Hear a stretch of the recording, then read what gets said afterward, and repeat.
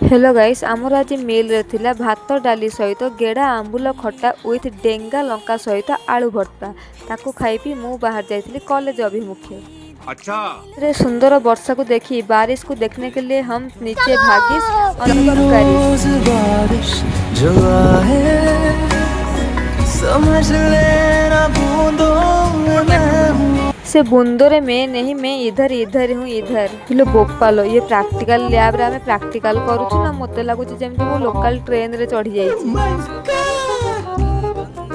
बोपालो ये कैमरा को देखि एमिति नटंकी काढी होउची जेमति हमर एठी रियलिटी शो चली छी। कौन है ये लोग?